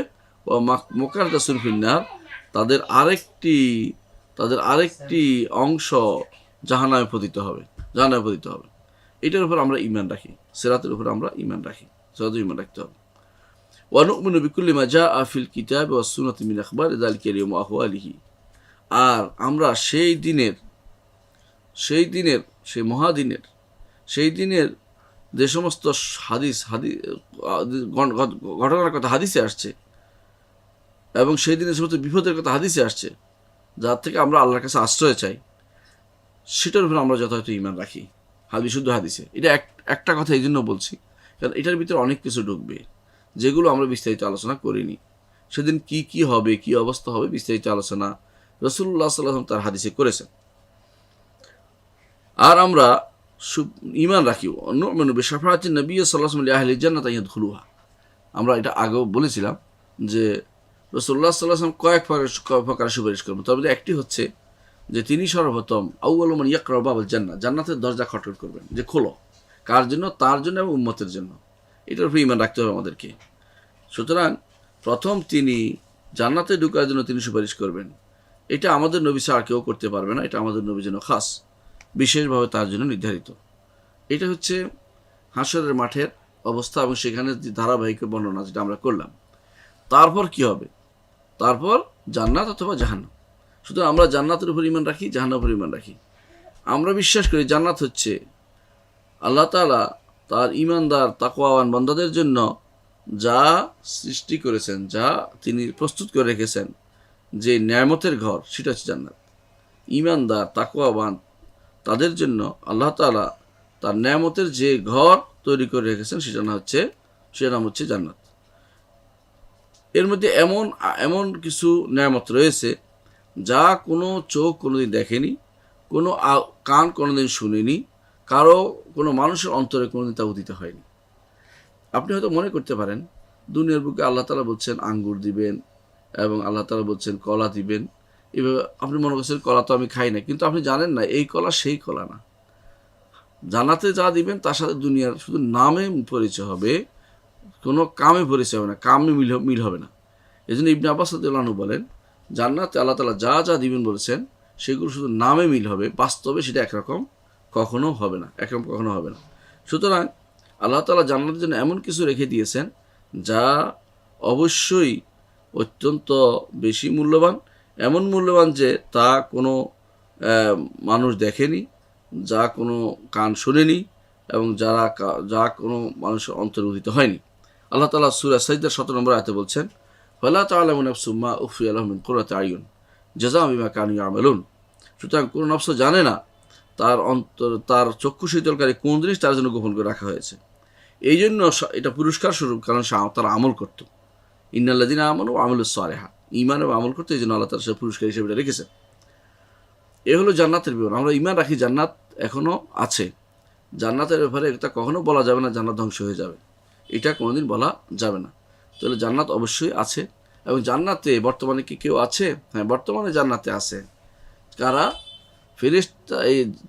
সেখানে আছে আল্লাহর শহীদদের রূহ আছে সেখানে, এবং আল্লাহর নেক বান্দাদের কারো জায়গায় রাসূলুল্লাহ সাল্লাল্লাহু আলাইহি ওয়াসাল্লামকে দেখানো হয়েছিল। হাসর তিনি তো মেরাজের রাতে গিয়েছিলেন, যে তারা সেদিন অমুককে দেখেছে অমুকখানে, অমুককে দেখেছে অমুকখানে। এর অর্থ হচ্ছে যে এরা জান্নাতে গিয়েছে অথবা যাবে, দুটাই শুদ্ধ। এরা জান্নাতে না গিয়ে থাকলে, জীবিত থাকলে জান্নাতে যাবে, আর যদি মরে গিয়ে থাকে তারা অবশ্যই জান্নাতে যাবে। এটার উপর আমরা ঈমান রাখি। সুতরাং জান্নাতের এই বিষয়টা আরও সেন্সিটিভ বিষয়, লম্বা বিষয়, সেগুলো আলোচনার বেশি দাবি রাখি। কিন্তু আমরা সংক্ষেপে এটাই বললাম যে তাদের জন্য আল্লাহ তাআলা এমন জিনিস রাখছেন যে জিনিস তারা কোনো চিন্তাও করেনি।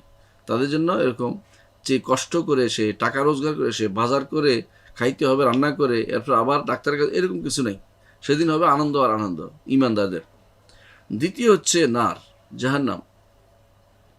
জাহান্নামকে আল্লাহ তাআলা সৃষ্টি করেছেন, কাফিরদের জন্য প্রস্তুত করেছেন, জালেমকারীদের জন্য প্রস্তুত করেছেন। এর মধ্যে রয়েছে শাস্তি এবং ভয়াবহ শাস্তি, যা কোনো অন্তর কোনো দিন দেখেনি এবং কোনো সাধারণ কোনো মানুষ এটা কল্পনা করেনি। সাধারণ কোনো মানুষ এটা কল্পনা করেনি। এমন আযাব তাদের মধ্যে থাকবে, অর্থাৎ জাহান্নামের আযাব এত বেশি হবে যে সে কল্পনা করতে পারে। তার কাছে মনে হচ্ছে তো আগুন, কিন্তু কি আগুন সেটা? সাধারণ আগুনের চেয়েও বহুগুণ বেশি। হাদিসে আসছে দুনিয়ার আগুন 70 ভাগের 1 ভাগ, এরকম 70 গুণ। সাহাবায়ে কেরাম বলেন যে ইয়া রাসূলুল্লাহ, এই 1 ভাগে তো যথেষ্ট, 1 ভাগে তো যথেষ্ট। রাসূলুল্লাহ সাল্লাল্লাহু আলাইহি ওয়াসাল্লাম বলেন এর চেয়ে 1 ভাগ যথেষ্ট হলে হবে না, সেটা অনেক বেশি, আরও 70 গুণ বেশি বেশি উত্তপ্ত সেই আগুন। এইটা দিয়ে আল্লাহ তাআলা সেদিন শাস্তি দিবেন কাদেরকে?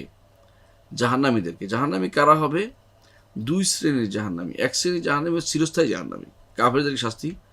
আরেক শ্রেণীর জাহান্নামী হচ্ছে অস্থায়ী জাহান্নামী, যারা ঈমানদার তবে গুনাহ করেছে, কিন্তু তাদের কোনো তওবা ছিল না এবং তাদের কোনো সুপারিশ হওয়ার আগেই তারা জাহান্নামে চলে গেছে এবং তারা জাহান্নামে দগ্ধ হচ্ছে তাদের আমলের কারণে। এদের জন্য এদের জন্য শাস্তি হবে, 2 ধরনের শাস্তি। এরা আল্লাহ তাআলা এদের সম্পর্কে বলেছেন ইন্না আ'তাদনা লিয-যালিমিনা নারান আহাতা বিহিম সুরাদুকুহা, আমি প্রস্তুত করে রেখেছি জালেমদের জন্য আগুন, আহাতা বিহিম সুরাদুকুহা, যা তাদের শরীরের বিভিন্ন অংশকে তারা ঘিরে রাখবে। ওয়া ইয়াস্তাগীসু, তাদের চেহারা সহ সবগুলো ঘিরে ফেলবে। ওয়া ইয়াস্তাগীসু, আর যদি তারা উদ্ধার কামনা করে যে আমাদের পানি দেয়া হোক, ইউগাসু বিমাইন, এমন পানি দিয়ে তাদেরকে দেয়া হবে কাল মুহলি, যা তেলের গাদারির মতো, ইয়াশবিল বুজু, গরম তেলের গাদারির মতো, যা চেহারাকে সবই করে দেবে, ভুনা করে দিবে, অর্থাৎ সেটাকে পুড়ে ছাই করে দিবে সম্পূর্ণরূপে, সেটাকে চেহারাকে ইয়াশবি মানে এটাকে তেল গলায় পড়বে এরকম আগুনের মধ্যে দিয়ে দিবে। বিইসা শারাব, কতই না নিষ্কৃষ্ট সেই পানীয়, ওয়াসাআত মুরতাফাকা, আর থাকার জায়গা হিসেবে কতই নিকৃষ্ট সেটা। আমরা ঈমান রাখি জান্নাত এবং জাহান্নাম এখনো আছে, মওজুদাতান আল-আন ফি ওয়ালান তাফনিয়া আবাদাল আবিদিন, কখনো সে দুইটা ধ্বংস হবে না। কারা বলে ধ্বংস হবে? মুতাজিলারা বলে যে কোনো জিনিস 2 কাল থাকতে পারে না, যে কোনো জিনিস 2 কাল থাকতে পারে না। জান্নাত এবং জাহান্নাম যেহেতু এর ভিতরে উপকরণগুলো 2 কাল থাকবে না, নষ্ট হয়ে যাবে, সুতরাং সেটা অবশ্যই এখন নাই। হাসরের দিন আল্লাহ তাআলা সেটা তৈরি করবেন। এখন তৈরি করা বৃথা তারা মনে করে থাকে। আমরা তো বৃথা নয়, কারণ আমরা জানি যে নবীরা জান্নাতের সাথে সম্পৃক্ত রয়েছে। শহীদরা জান্নাতের মধ্যে তাদের শরীরকে তাদের রূহকে পাখির ভিতরে দিয়ে তারা দেওয়া হবে। তারা কি করবে? আরশের মধ্যে অবস্থান করবে, আর জান্নাতের বাগানে ঘুরে ঘুরে বেড়াবে। আবার এসে আরশের নিচে সে সমস্ত মধ্যে ঝাড়বাতির মধ্যে তারা অবস্থান গ্রহণ করবে। সুতরাং এর বিপরীতে জাহান্নামী যারা, তাদের শাস্তি ভয়াবহ। তাদের কথা আল্লাহ তাআলা উল্লেখ করেছেন, তারা কি করছেন, কে জাহান্নামে গেছেন, এটা উল্লেখ করেছেন। তাহলে যারা জাহান্নামে যাচ্ছে, বিশেষ করে যারা জাহান্নামের উপযুক্ত হচ্ছে, জাহান্নাম থেকে কবরের মধ্যে তাদের শাস্তির ব্যবস্থাপনা করা হচ্ছে, এদের কথাই এই হাদিসগুলো স্পষ্ট দাবি হচ্ছে জান্নাত জাহান্নাম এখনো আছে। এটা সবসময় তারা জান্নাত জাহান্নাম থাকবে, আছে, সিংহা ফুৎকার সাথে কোনোটাই ধ্বংস হবে না, বা এর পরেও ধ্বংস হবে না, আগেও ধ্বংস হবে না। কোরআন কারীম আল্লাহ তাআলা বলছেন ওয়ামান ইউমিন বিল্লাহি ওয়া ইয়ামাল সালিহান, আর যে আল্লাহর উপর ঈমান আনবে এবং নেক আমল করবে, ইউদখিলহু জান্নাতিন তাজরি মিন তাহতিল আনহার খালিদিনা ফিহা আবাদা, তাকে আল্লাহ তাআলা প্রবেশ করাবেন এমন জান্নাতে যার নিচ দিয়ে নহর সমূহ প্রবাহিত, সেখানে তারা চিরস্থায়ী হবে। কাদ আহসানাল্লাহু লাহু রিজকা, আল্লাহ তাআলা তার জন্য উত্তম রিজিকের ব্যবস্থা করেছেন। ঠিক অনুরূপভাবে আল্লাহ তাআলা বলেছেন ইন্নাল্লাহা লাআনাল কাফিরিন ওয়া আ'আদ্দা লাহুম সাঈরা, আল্লাহ তাআলা কাফেরদেরকে লানত করেছেন এবং তাদের জন্য জাহান্নামের ব্যবস্থাপনা করেছেন, আগুনের ব্যবস্থাপনা করেছেন। খালিদিনা ফিহা আবাদান, সেখানে তারা চিরস্থায়ী হবে। লা ইয়াজিদুনা ওয়ালিয়্যান ওয়ালা নাসীরা, তারা সেখানে কোনো বন্ধুও পাবে না, অভিভাবকও পাবে না, সাহায্য পাবে না। যে কোনো ভাব থেকে কেউ না কেউ দুনিয়ার বুকে যেহেতু বিপদে পড়লে কেউ সাহায্য করতে আসে, সেখানে কোনো সাহায্য করে আসবে না। ইয়াউমা তুকাল্লাবু উজুহুম ফিন-নারি, যেদিন তাদের চেহারায় তারা উল্টাটা পাল্টা করতে হবে জাহান্নামের মধ্যে, কারণ আগুন একটাকে স্থির তাকিয়ে দিচ্ছে না তাদেরকে। ইয়াকুলুনা, তখন তারা বলতে হবে ইয়া লাইতানা, হায় আফসুস, আতাআনা আল্লাহ ওয়া আতাআনা রাসূল, যদি আমরা রাসূল এবং আল্লাহ এবং তার রাসূলের আনুগত্য করতাম। সূরা আহজাবের 64 থেকে 66 নম্বরে আল্লাহ তাআলা বলেছেন। এর অর্থ হচ্ছে হাসরের মাঠের সে ভয়াবহতা আমরা তুলে ধরতে সমর্থ হয়েছি, অর্থাৎ জান্নাত জাহান্নাম পর্যন্ত আমরা আলোচনা নিয়ে এসেছি। যদি এর আগে অনেক লম্বা আলোচনা আছে, আমরা সে লম্বা করতে চাচ্ছি না। একজন ইমানদারের জন্য এটুকু ইমান আনাই যথেষ্ট হবে যে এই শাস্তি শুধুমাত্র কাফেরদের জন্য এবং ইমানদারদের মধ্যে যারা গুনাহগার, ইমান তওবা কবুল হয় না, তাদের জন্য শাস্তি রয়েছে। আর এই শান্তি জান্নাতের জন্য শান্তি যেটা, এবং যারা এই জাহান্নাম থেকে বের হয়ে জান্নাতে যাবে তাদের জন্য এই শান্তি রয়েছে। এটা কোরআনের এবং হাদিসের ভাষ্য, এবং এটা হচ্ছে আমাদের আকীদা, এবং এর উপর আমরা ইমান রেখে থাকি। আমরা আরও ইমান রাখি যে জান্নাতে যাবে কারা, এর উপর আমরা ইমান রাখি যে কোরআন এবং সুন্নাহ যাদেরকে স্পষ্টভাবে কোরআন এবং হাদিসেদেরকে জান্নাতি বলা হয়েছে, তারা ব্যতীত আর কাউকে আমরা জান্নাতি বলে সার্টিফিকেট দেই না। তবে যাদেরকে জান্নাতি বলে কোরআন এবং সুন্নাহ সার্টিফিকেট এসেছে তাদেরকে আমরা জান্নাতি বলি, এই সার্টিফিকেট আমরা দেই, এবং নির্ধারিতভাবে কীরকম ব্যক্তিকে অথবা এই গুণওয়ালাদেরকে, দুইটা জিনিস দিয়ে আমরা সাক্ষ্য দিই। যেমন ব্যক্তিকে বলা হয়েছে কীরকম, যেমন যারা যেমন রাসূলুল্লাহ সাল্লাল্লাহু আলাইহি ওয়াসাল্লাম ব্যক্তি হিসেবে বলেছেন, আবু বকরকে জান্নাতি বলেছেন, ওমরকে জান্নাতি বলেছেন, ওসমানকে বলেছেন, আলীকে বলেছেন। অনুরূপভাবে রাসূলুল্লাহ সাল্লাল্লাহু আলাইহি ওয়াসাল্লাম তলহা, জুবাইর, আব্দুর রহমান ইবনে আউফ, সাদ ইবনে আবি ওয়াক্কাস, সাঈদ ইবনে যায়েদ, এদেরকে, অনুরূপভাবে বেলালকে, অনুরূপভাবে এক মহিলাকে, রাসূলুল্লাহ সাল্লাল্লাহু আলাইহি ওয়াসাল্লাম এদেরকে বিভিন্নভাবে জান্নাতের ব্যক্তিগতভাবে ব্যক্তি একক সরাসরি সত্তাকে জান্নাতি বলে ঘোষণা করেছেন রাসূলুল্লাহ সাল্লাল্লাহু আলাইহি ওয়াসাল্লাম। তাহলে বোঝা গেল যে রাসূলুল্লাহ সাল্লাল্লাহু আলাইহি ওয়াসাল্লাম যাদেরকে জান্নাতি ঘোষণা করেছেন ব্যক্তি হিসেবে, তাদেরকে আমরা জান্নাতি বলবো। বিশেষ করে সাহাবায়ে কেরাম সবাই জান্নাতি, কারণ তাদের ব্যাপারে আমাদের আর কোনো কিছু বলার নেই। এই জন্য আল্লাহ তাআলা বলেছেন রাদিয়াল্লাহু আনহুম ওয়া রাদু আনহু, আল্লাহ তাদের উপর সন্তুষ্ট হয়েছেন, তারা আল্লাহর উপরে সন্তুষ্ট হয়েছেন। আর যে সমস্ত লোকদেরকে জান্নাত দেওয়া হবে, এদের গুণবাচক যে সমস্ত গুণ আছে, যে এই গুণের লোকগুলো জানাতে হবে, রাসূলুল্লাহ সাল্লাল্লাহু আলাইহি ওয়াসাল্লাম আমাদেরকে জানিয়েছেন যে কিছু মানুষ গুণের কারণে জান্নাতে যাবে। সেই গুণগুলো কি? নাম নয়। যেমন যারা রাসূলুল্লাহ সাল্লাল্লাহু আলাইহি ওয়াসাল্লাম বলেছেন যে ব্যক্তি মানুষকে আন্দার আমসেরান, যে ব্যক্তি কোনো অভাবগ্রস্তকে ছাড় দিবে, আল্লাহ তাআলা তাকে ছাড় দিয়ে জান্নাত দিবেন, হাদিসে আসছে। তাহলে গুণগুলো যেমন বলা হয়েছে, যে ব্যক্তি সালাত আদায় করে সালাতের দরজা দিয়ে জান্নাতে প্রবেশ করবে, যে ব্যক্তি সাওম পালন করে সাওমের দরজা দিয়ে জান্নাতে প্রবেশ করবে। এসবই এই জন্য যে গুণগুলো দেখার জন্য যে কি কি গুণের কারণে মানুষ জান্নাতে যাবে, এটা আমরা আমাদের একটা আলোচনায় বিস্তারিত আলোচনা করেছি। আরও অনেক আছে, কিন্তু মৌলিকভাবে যেগুলো আছে সেগুলো আলোচনা করেছি, সেগুলো দেখে নেবেন। আর রয়েছে জাহান্নামে, আমরা আরও সাক্ষ্য দেই যে জাহান্নামে যাবে যাদেরকে নির্ধারণ করে বলবো, যারা কোরআন এবং সুন্নাহ যাদেরকে জাহান্নামী বলা হয়েছে। হয় তাদেরকে সরাসরি বলা হয়েছে অমুক নামে যে অমুক জাহান্নামী, যেমন তাব্বাত ইয়াদা আবি লাহাব ওয়া তাব্বা, অথবা নাম বলা হয় নাই, বরং তাদেরকে বিভিন্নভাবে যারা এই কাজ করবে এই গুণের অধিকারী যারা, তারা জাহান্নামে যাবে, এটা বলা হয়েছে। যেমন আবু লাহাবের জন্য, আমর ইবনে লুহাই আল খুজাইয়ের জন্য, এদেরকে আল্লাহ তাআলা নাম দিয়ে আল্লাহ তাআলা বলেছেন জাহান্নামে যাবে। কিন্তু যাদেরকে গুণের কারণে জাহান্নামে যাবে বলেছেন, যেমন প্রত্যেক কাফের, প্রত্যেক মুশরিক, শিরকে আকবার যে করবে, প্রত্যেক মুনাফিক, বড় মুনাফিক যে করবে, এরা সবাই চিরস্থায়ী জাহান্নামে যাবে। এটা গুণ হিসেবে বলা হয়েছে। আমরা ইতিপূর্বে আলোচনা করেছিলাম, আপনাদের মনে থাকতে পারে, যে আখিরাতের আলোচনা অসম্পূর্ণ থেকে যাবে যদি আমরা কিছু আলোচনা এখানে না করি। অর্থাৎ মৃত্যুর পরপরে যা হয় সেটা কি? মানুষকে কবরে যখন দেওয়া হয়, তখন আমরা বিশ্বাস করি যে, আমরা ঈমান রাখি যে তাকে 3টি প্রশ্ন করার জন্য ফেরেশতারা আসে। দুজন ফেরেশতা আসে। একজনের নাম মুনকার, একজনের নাম নাকির। এই জন্য আল্লাহ তাআলা কোরআনে কারীম বলেছেন যে কোরআনে কারীম বলছে ইউসাব্বিতুল্লাহুল্লাযিনা আমানু বিল কওলিস সাবিত, যারা ঈমানদার তাদেরকে আল্লাহ তাআলা কওলে সাবিত, স্থায়ী কওল দিয়ে, স্থায়ী বক্তব্য দিয়ে, স্থায়ী কথা দিয়ে আল্লাহ তাআলা তাদেরকে প্রতিষ্ঠিত রাখবেন। ওই ফিল হায়াত দুনিয়ার দুবেন ও ফিল আখিরাত, আখিরাতের জীবনে দুভাবেই। দুনিয়ার জীবনে অর্থাৎ মৃত্যুর সময়, আখিরাতে অর্থ হলো হাসরের মৃত্যুর পরে। দুই অবস্থায় তারা লা ইলাহা ইল্লাল্লাহ বলতে পারবে, লা ইলাহা উত্তর দিতে পারবে, এবং রব সম্পর্কে, দিন সম্পর্কে, নবী সম্পর্কে তারা উত্তর দিতে পারবে। কিভাবে? ঈমানদার বলবে রব্বি আল্লাহ, আমার রব হচ্ছেন আল্লাহ, দিনের ইসলাম, ও দিন হচ্ছে ইসলাম, ও নবী মুহাম্মদ, আমার নবী হচ্ছেন মুহাম্মদ সাল্লাল্লাহু আলাইহি ওয়াসাল্লাম। কিন্তু কাফের এবং মুনাফিক তারা বলবে লা আদরি, আমি জানি না। সামিতুন নাস ইয়াকুলুনা শাইআন ফাকুলতু, মানুষ যা বলছে আমি তা বলেছি, আমি মন থেকে কোনো কিছু ইন্না যুন্নু ইল্লা যন্নান ওয়া মা নাহনু বিমুস্তায়কিন, আমি তো ধারণা করতে কথা বলতে, আমি আসলে ইয়াকিন বা দৃঢ় কোনো পথের অনুসরণ করিনি।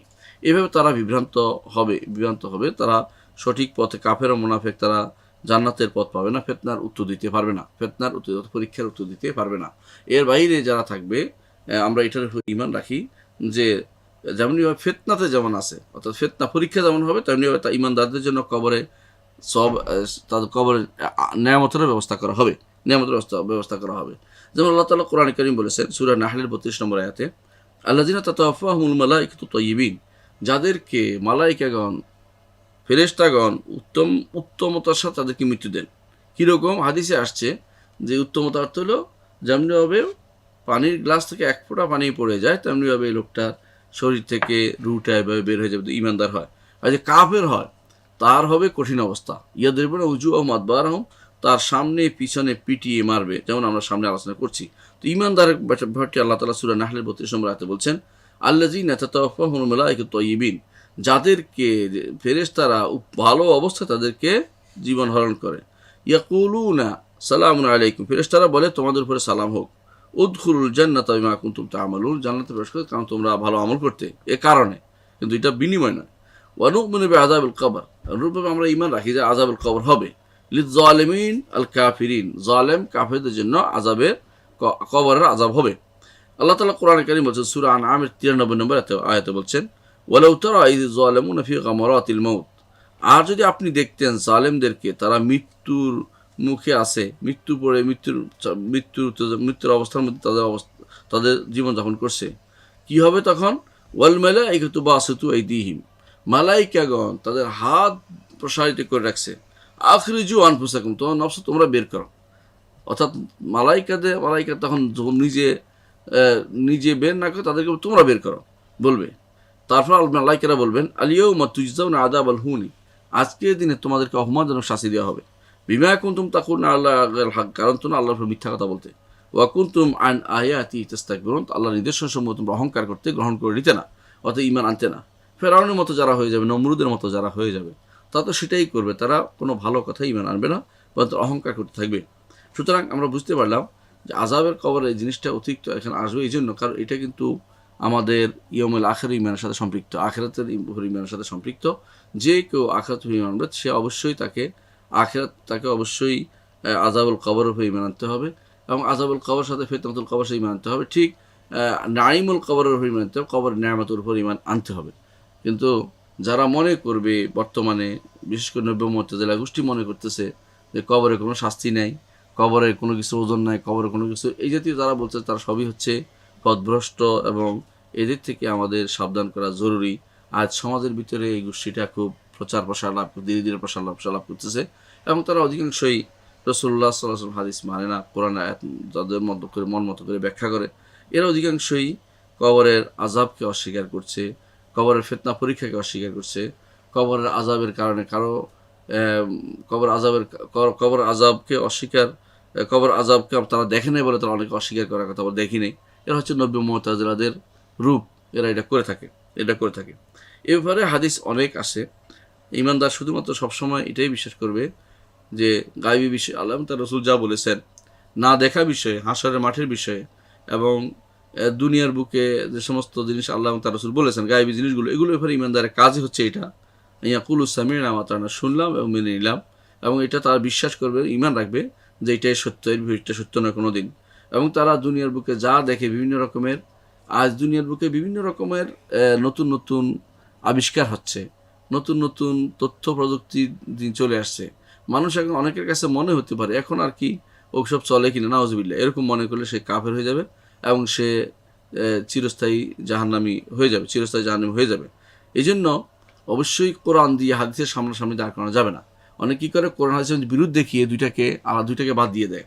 এটা ঠিক নয়। বিরোধ দেখিয়ে দুইটাকে মিলন করতে পারে, বুঝেই অর্থ দিতে পারে, উভয়টার উপর আমল করাতে পারে, এরকম যদি হয় সে হচ্ছে আলেম, নইলে সে আলেম নয়, তার অনুসরণ করা যাবে না। যারা এরকম দেখেন যে এখানে সন্দেহ লাগাচ্ছে, ওখানে সন্দেহ লাগাচ্ছে, তার কাছে বসবেন না। আল্লাহ তাআলা কোরআনে কারিমে তাদেরকে এরকম লোকদের থেকে এরকম কাছে বসতে নিষেধ করেছেন। এই জন্য আমরাও নিষেধ করি যে এরকম লোকদের কাছে বসলে আপনার অন্তরকে সন্দেহ ঢুকিয়ে দেবে, যা কোনোদিন আপনি আর বের করতে পারবেন না। এ নিয়ে মহাবিপদে পড়তে হবে আপনাদেরকে। তবে যারা ঈমানদার তারা কখনো এই জাতীয় করে না। তারা কি করে, আল্লাহ এবং তার রাসূল যা নিয়ে এসেছে গায়েবী জগতে তার প্রত্যেকটা জিনিসে যথাযথ বিশ্বাস করে এবং তারা ঈমানদার এই দুনিয়ার বিভিন্ন চাকচিক্য দিয়ে আখিরাতকে তারা অস্বীকার করে বসে না। কারণ তারা জানে যে দুনিয়ার জীবনটি কিয়াসের মধ্যে পাওয়া যায়, কিন্তু আখিরাতের কোনো জিনিস কিয়াসের মধ্যে পাওয়ার কোনো সুযোগ নাই, বরং দুইটার মধ্যে বিশাল পার্থক্য রয়েছে, একটা সম্পূর্ণ বিপরীত। এই জন্য অবশ্যই আমাদেরকে ঈমানের ক্ষেত্রে বুঝতে হবে যে দুইটার মধ্যে যে আখিরাতের সাথে দুনিয়ার বিষয়ের কল্পনা না করি, মিলে না দিই, গুলিয়ে না ফেলি, বরং আখিরাতে যা যা আল্লাহ তাআলা দিবে সেটা সম্পূর্ণ আলাদা। আখিরাতের শাস্তিও ভয়াবহ, দুনিয়ার শাস্তির মতো নয়। এগুলো যদি আমরা বুঝতে পারি, ইনশাআল্লাহ আমরা আমাদের ঈমানকে মজবুত করতে পারবো এবং আখিরাতের ঈমানটার উপরে যে আলোচনা আমাদের হলো এটা আমাদের জন্য কল্যাণকর হবে। ইনশাআল্লাহ আমরা পরবর্তী দার্সে ঈমান বিল কদর, তাকদীরের উপর ঈমানের বিষয়টি নিয়ে আলোচনা করব এবং এর মাধ্যমে আমাদের 10টা শেষ হবে ইনশাআল্লাহ। আল্লাহ আমাদেরকে তৌফিক দান করুন। আসসালামু আলাইকুম ওয়া রাহমাতুল্লাহি ওয়া বারাকাতুহু।